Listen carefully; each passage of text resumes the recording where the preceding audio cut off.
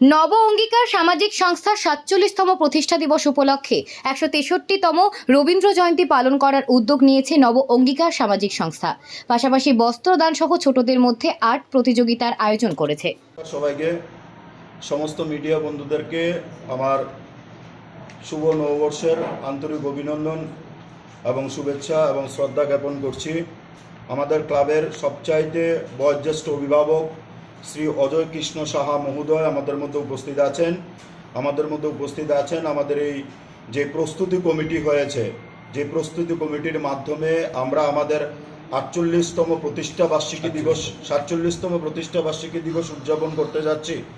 পাশাপাশি আমরা রবীন্দ্র জন্মজয়ন্তী উপলক্ষে যে অনুষ্ঠানগুলি আমরা রেখেছি, সেই যে কমিটির যে কনভেনার রয়েছেন আমাদের মধ্যে শ্রী স্বপন কুমার দাস মহোদয়, পাশাপাশি কনভেনার রয়েছেন আমাদের শ্রদ্ধেয় পরিমল দা।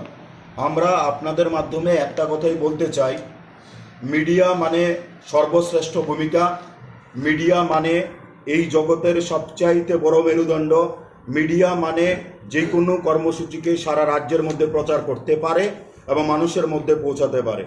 আপনাদের মধ্য দিয়ে শ্রদ্ধার সঙ্গে আমরা একটা কথাই বলতে চাই, আমরা এই অনুষ্ঠানকে সামনে রেখে ৫ তারিখে আমরা মেগা আর্ট কম্পিটিশন, মানে এই আগরতলা শহরের মধ্যে যারা প্রতিযোগিতা অংশগ্রহণ করতে চান তারা আমাদের নব অঙ্গীকার সামাজিক সংস্থা থেকে বিনামূল্যে ফর্ম গ্রহণ করবেন এবং যারা পুরস্কৃত হবেন তাদেরকে আমরা ৮ তারিখ আমাদের মঞ্চের মধ্যে পুরস্কৃত করব।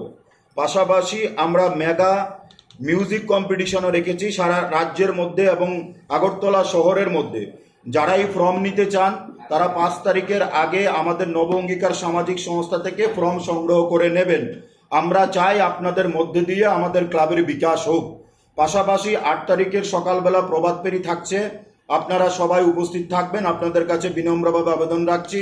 আর আমরা কিছু অনুষ্ঠান নিয়েছি, যেমন বৃক্ষরোপণ অনুষ্ঠান নিয়েছি, সাংস্কৃতিক কর্মকাণ্ড নিয়েছি, পাশাপাশি সমাজের মানুষের জন্য কিছু করার জন্য আমরা একটা ছোট্ট অনুষ্ঠান নিয়েছি, যার নাম আমরা দিয়েছি গরিবের পাশে থেকে গরিবদের সাহায্য করা এবং ওনাদের বস্ত্রদানের মাধ্যমে আমরা এই প্রতিষ্ঠা বার্ষিকী দিবসটাকে উদযাপন করব। আপনাদের সবাইকে আমরা নমস্কার জানাচ্ছি। সমস্ত মিডিয়া বন্ধুদেরকে বলছি, ৮ তারিখ আমাদের এই যে প্রোগ্রাম আমরা হাতে নিয়েছি, আপনারা আমাদের পাশে থাকবেন এবং আমাদেরকে সাহায্য করবেন। আপনাদেরকে আমি আবার আমার শ্রদ্ধা, ভালোবাসা এবং নমস্কার জ্ঞাপন করছি এবং আপনাদের মধ্য দিয়ে আমাদের এই ক্লাবের যে ভূমিকা সবার মাধ্যমে পৌঁছক সেটা আমি বিশ্বাস করি এবং সে আশা রেখে আমি আমার ক্ষুদ্র আলোচনা শেষ করছি। সবাইকে আবারও আমার নমস্কার।